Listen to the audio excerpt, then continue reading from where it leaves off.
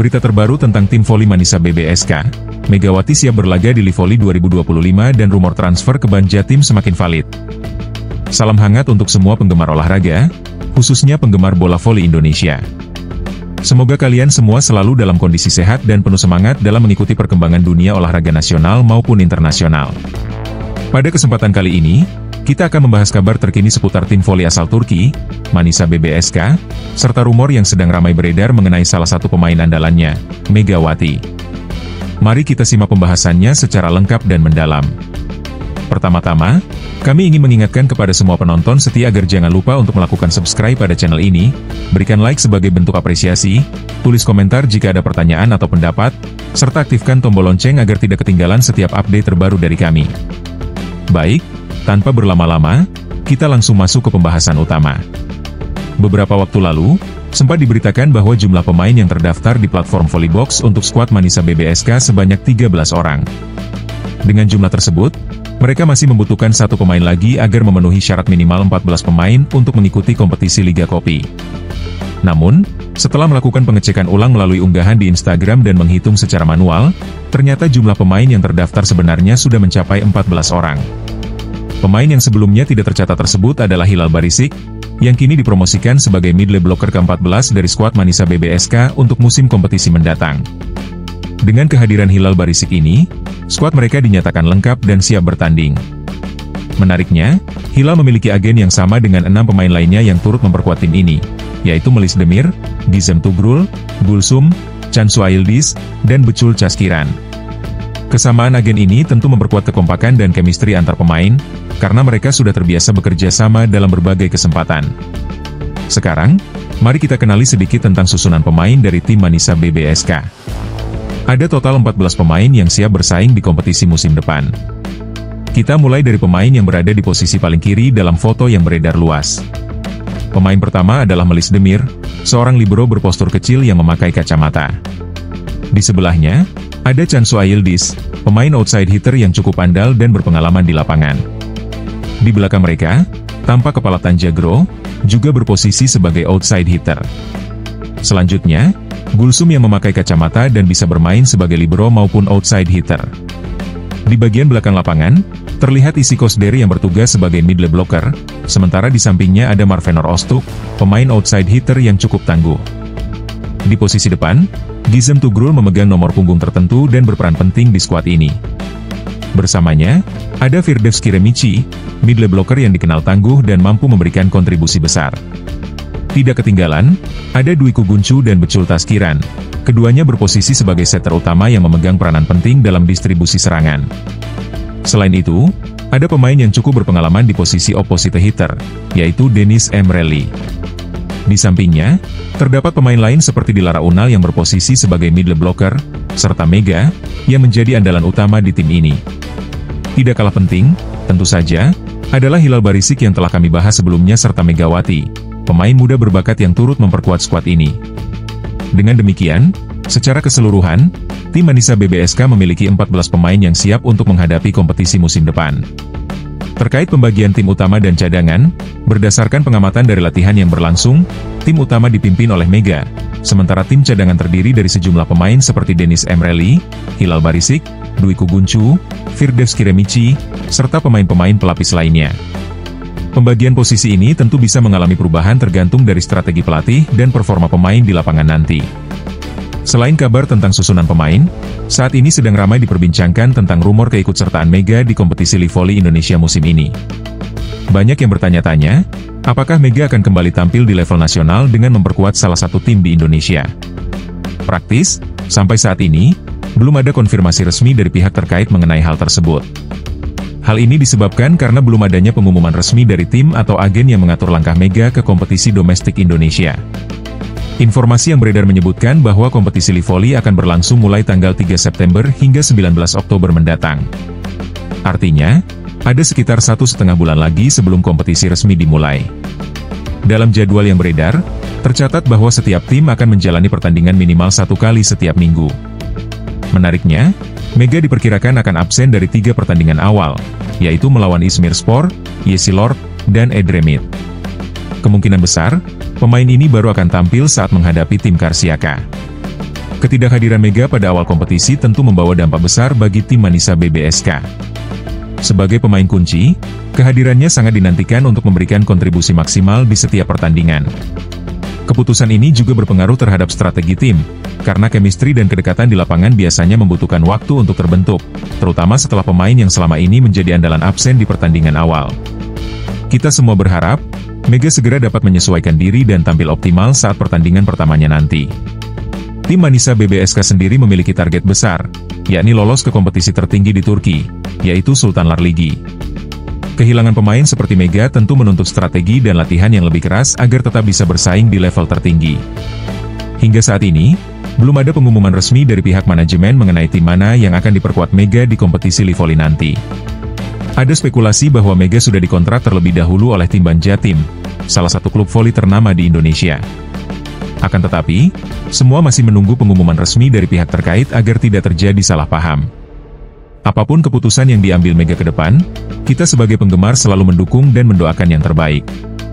Semoga, apapun langkah yang diambil, Mega mampu menunjukkan performa terbaiknya dan membawa kebanggaan bagi semua pihak.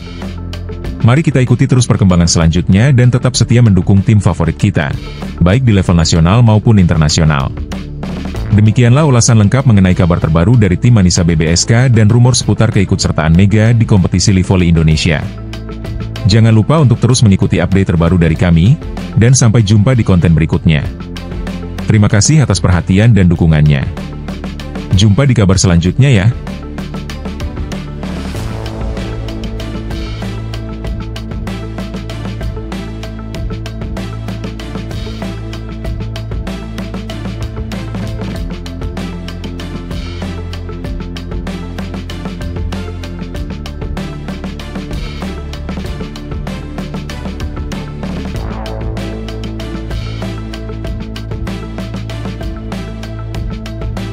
Selamat datang di berita olahraga terkini.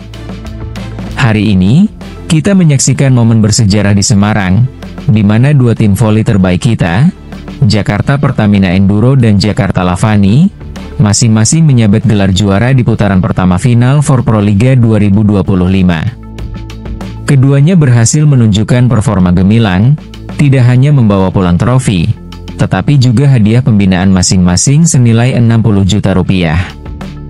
Mari kita mulai dengan tim voli putri, Jakarta Pertamina Enduro.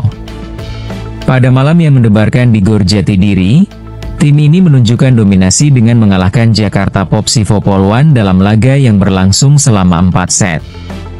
Skor akhirnya adalah 3-1, dengan angka set 25-17, 25-22, 19-25, dan 25-17. Kemenangan ini menjadi yang kedua bagi Pertamina Enduro di fase final 4, setelah mereka juga berhasil mengalahkan Jakarta Electric PLN dengan skor 3-1 namun harus menelan kekalahan tipis dari Gresik Petrokimia Pupuk Indonesia 2-3. Dengan hasil ini, peluang Pertamina Enduro untuk melangkah ke Grand Final Pro Liga 2025 semakin terbuka lebar. Manajer tim, Widi Trioso, menyatakan rasa bangganya atas pencapaian timnya. Ini awal yang baik untuk menuju juara putaran kedua dan target utama kami, yaitu gelar Pro Liga 2025, ujarnya dengan optimisme yang tinggi. Widi juga mengakui bahwa performa timnya jauh lebih baik dibandingkan penampilan mereka di Kediri pekan lalu. Salah satu faktor utama peningkatan performa tersebut adalah kondisi lapangan yang lebih mendukung. Di Kediri, sirkulasi udara buruk, membuat lapangan basah dan pemain asing kami kesulitan. Namun kali ini, mereka bisa bermain lebih leluasa, jelasnya. Kunci kemenangan Pertamina Enduro tentu saja terletak pada duet pemain asing mereka, Jordan Thompson dan Yana Sherban. Thompson tampil mengesankan dengan serangan-serangan mematikannya, termasuk spike keras yang mengunci kemenangan di set pertama. Sementara itu, pelatih Popsivo Polwan, Gerardo Daglio, mengakui bahwa pendekatan strategi timnya tidak berjalan sesuai rencana. Strategi kami hari ini salah besar. Mental bertanding pemain tidak seperti biasanya, sementara Pertamina bermain luar biasa, ujarnya dengan jujur. Meskipun Popsivo mampu bangkit di set ketiga, mereka gagal mempertahankan momentum dan tidak bisa menghentikan serangan Pertamina di set keempat.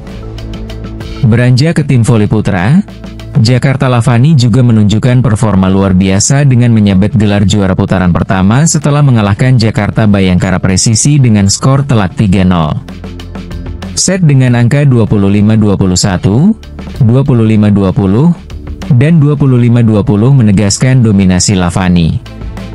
Di bawah asuhan pelatih Nicolas Vives, tim ini belum terkalahkan dalam 3 pertandingan terakhir mereka dan mengumpulkan 9 poin. Posisi kedua ditempati oleh Ban Sumsel Babel dengan 5 poin, sedangkan Samator berada di dasar klasemen tanpa kemenangan. Biarpun Pertamina Enduro dan Lavani berada di posisi unggul, persaingan menuju Grand Final tetap ketat. Popsivo Poluan dan Gresik Petrokimia sama-sama mengantongi 5 poin, sementara Elektrik PLN terperosok di posisi terbawah. Di grup putra, Ban Sumsel Babel masih berpeluang mengejar Lavani.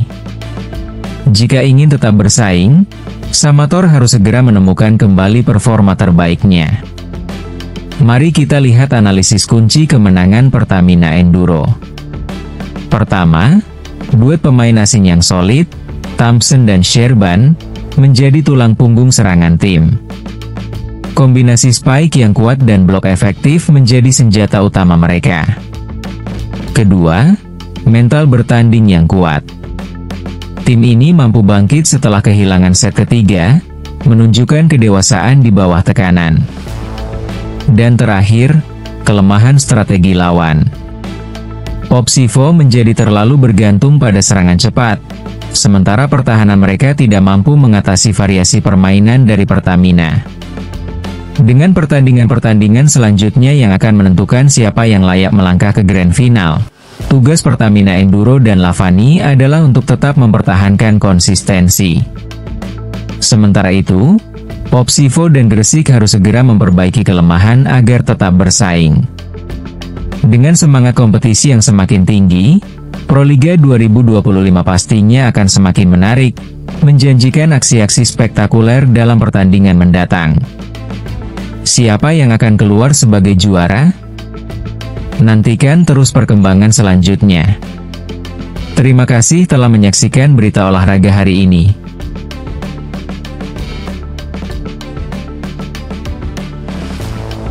Gresik Petrokimia terpuruk di Semarang. Debut Megawati ditunda hingga seri solo.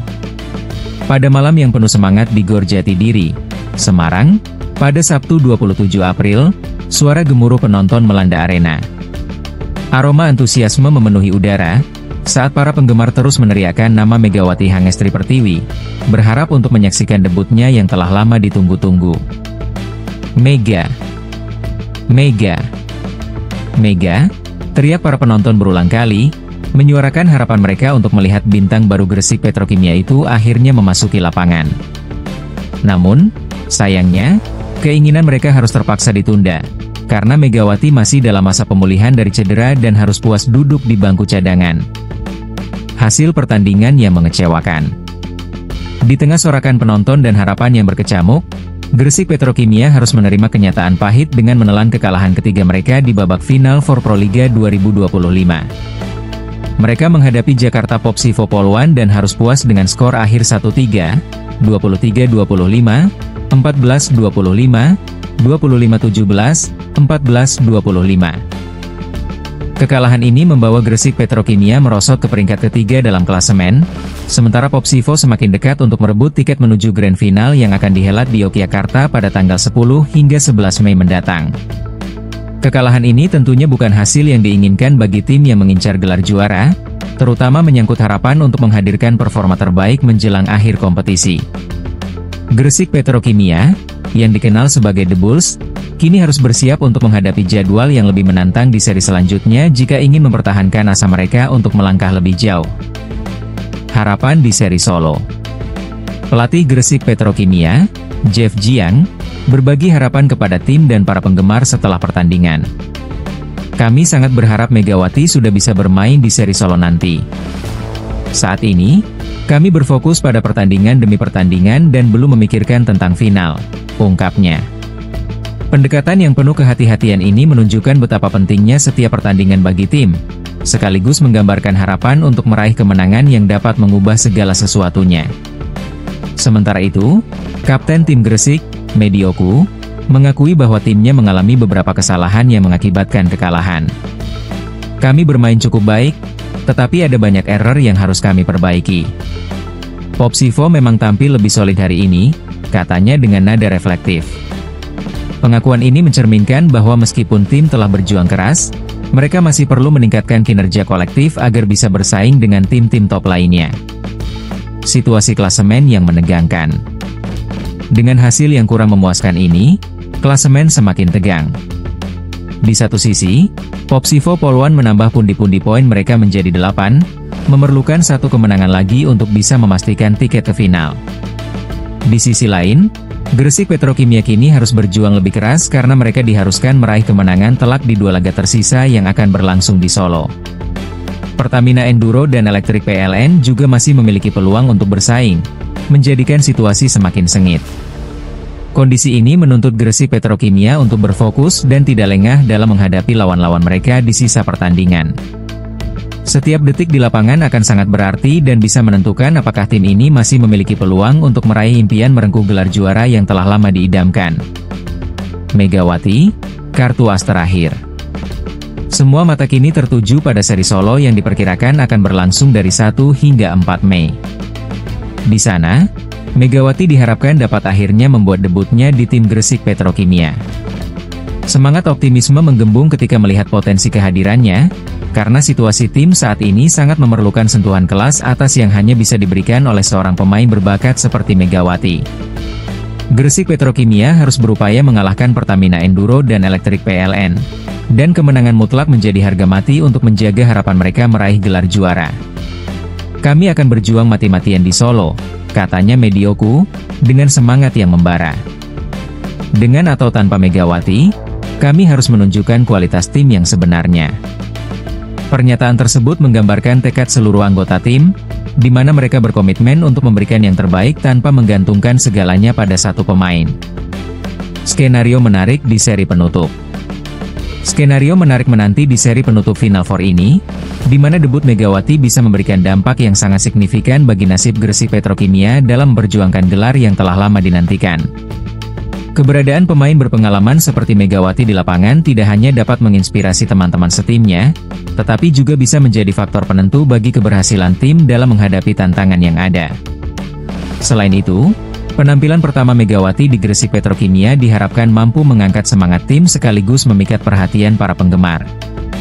Dukungan dari supporter yang sejak awal telah menunjukkan kasih sayang dan kerinduan untuk melihat aksi Megawati pun bisa menjadi motivasi tambahan bagi tim. Secara keseluruhan, kompetisi Pro Liga musim ini telah menunjukkan betapa kompetitif dan serunya jadwal pertandingan, dengan setiap tim berusaha sekuat tenaga untuk meraih prestasi terbaik. Gresik Petrokimia perlu memanfaatkan momen-momen krusial ini untuk bangkit, melakukan evaluasi, dan berkembang, demi menyongsong hari-hari ke depan dengan penuh harapan dan keyakinan. Kesimpulan: kekalahan Gresik Petrokimia di Semarang memang menjadi tamparan keras bagi tim. Namun, harapan untuk bangkit dan meraih kemenangan masih terbuka lebar, terutama dengan kembali hadirnya Megawati di lapangan. Dengan segera kembalinya Megawati ke tim, diharapkan akan ada sinar baru yang mengiringi langkah Gresik Petrokimia di sisa pertandingan mereka. Momen-momen mendebarkan di laga selanjutnya menjadi ajang untuk menunjukkan siapa sebenarnya yang pantas menjadi juara. Tentu, ajang Pro Liga ini bukan hanya tentang menang dan kalah, tetapi juga tentang perjalanan yang membentuk karakter dan menguji mental para pemain di setiap langkah mereka. Dalam dunia olahraga, kemampuan untuk bangkit setelah mengalami kegagalan adalah hal yang paling berharga. Kisah perjalanan Megawati dan Gresik Petrokimia di Pro Liga ini akan terus dinantikan oleh para penggemar, dengan harapan bahwa mereka bisa kembali bangkit dan meraih kesuksesan yang selama ini diimpikan. Mari kita tunggu dan saksikan bagaimana mereka berjuang dalam tantangan yang ada, dan semoga kisah ini berakhir dengan indah bagi tim dan semua pendukungnya.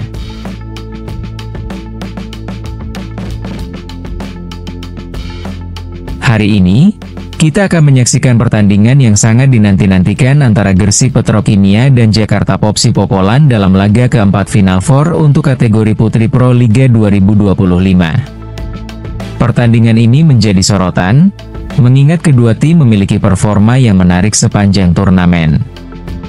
Untuk memberikan gambaran yang lebih luas tentang keduanya, mari kita bahas terlebih dahulu tentang 5 laga terakhir masing-masing tim, serta melihat klasemen sementara yang terupdate.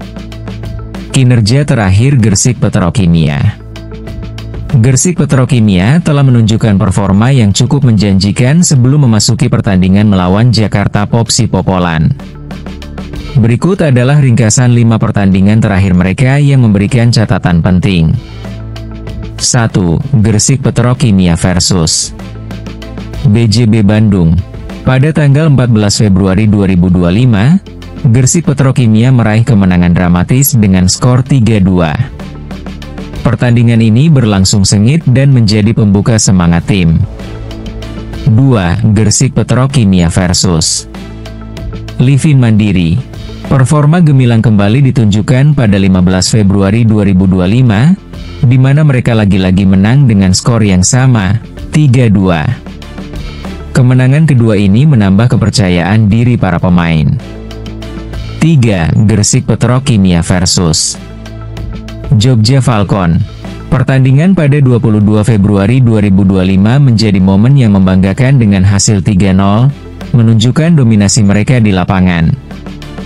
4. Gresik Petrokimia vs Jakarta Pertamina Enduro. Pada 19 April 2025, kemenangan kembali diraih dengan skor 3-2. Pertandingannya ketat, tetapi strategi tim berhasil mengungguli lawan. 5. Gresik Petrokimia vs Jakarta Electric. Dalam laga terakhir yang berlangsung pada 24 April 2025, Gresik mengamankan posisi dengan kemenangan 3-1. Reka pertandingan terakhir Jakarta Popsi Popolan.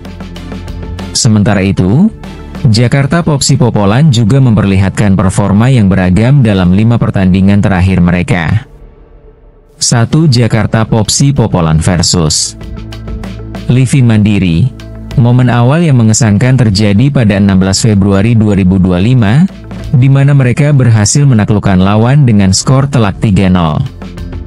2. Jakarta Popsi Popolan vs Jakarta Pertamina. Dalam laga sengit pada 21 Februari 2025, Popsi Popolan harus mengakui keunggulan lawan, kalah 1-3. 3. Jakarta Popsi Popolan vs Jogja Falcon. Setidaknya pada laga ketiga, Popsi Popolan kembali menampilkan performa baik dengan menang 3-1 pada 23 Februari 2025. 4. Jakarta Popsi Popolan vs Jakarta Electric. Pertandingan pada 20 April 2025 menjadi kemenangan krusial bagi mereka dengan skor 3-2. 5. Jakarta Popsi Popolan vs Jakarta Pertamina Enduro. Sayangnya, dalam laga terakhir yang terjadi pada 24 April 2025, mereka harus menelan kekalahan lagi dengan skor 1-3. Pertemuan terakhir antara Gresik Petrokimia dan Jakarta Popsi Popolan. Dari sejarah pertemuan antara kedua tim, terdapat beberapa catatan menarik yang patut diperhatikan. Berikut adalah hasil head-to-head mereka. 1. Pada 26 April 2024, Gresik Petrokimia kalah 1-3 dari Jakarta Popsi Popolan. 2. Pertemuan kedua pada 19 Mei 2024, kembali membawa kekecewaan bagi Gresik dengan kekalahan 0-3. 3. Pada pertemuan ketiga, tepatnya tanggal 19 Januari 2025, Popsi Popolan masih mendominasi dengan skor 3-0. 4. Di pertemuan keempat, 26 Januari 2025, Gresik harus menghentikan langkahnya dengan kalah 2-3. 5. Laga kelima antara kedua tim pada 18 April 2025 berakhir dengan Popsi Popolan kembali meraih kemenangan 3-1. Klasemen terbaru Pro Liga Putri 2025. Saat ini, Klasemen sementara Pro Liga Putri menunjukkan posisi Jakarta Pertamina Enduro yang nyaman di puncak, mengumpulkan 7 poin. Berikut adalah susunan klasemen terkini. 1. Jakarta Pertamina Enduro, 7 poin. 2. Gresik Petrokimia, 5 poin. 3. Jakarta Popsi Popolan, 5 poin. 4. Jakarta Elektrik PLN, 1 poin. Kondisi ini semakin menambah ketegangan dalam pertandingan yang akan berlangsung, di mana setiap poin sangat berharga. Ringkasan jadwal pertandingan hari ini. Pertandingan antara Gresik Petrokimia dan Jakarta Popsi Popolan dijadwalkan berlangsung malam ini pada pukul 19 waktu Indonesia Barat. Aksi seru ini bisa disaksikan secara langsung melalui Moji TV. Dengan mempertimbangkan statistik yang ada dan performa sebelumnya, laga ini diharapkan berjalan sengit, membawa tantangan bagi kedua tim yang berjuang keras untuk mendapatkan tiket menuju babak selanjutnya. Semoga pertandingan hari ini dapat menghadirkan momen-momen yang tak terlupakan bagi para penggemar dan penonton.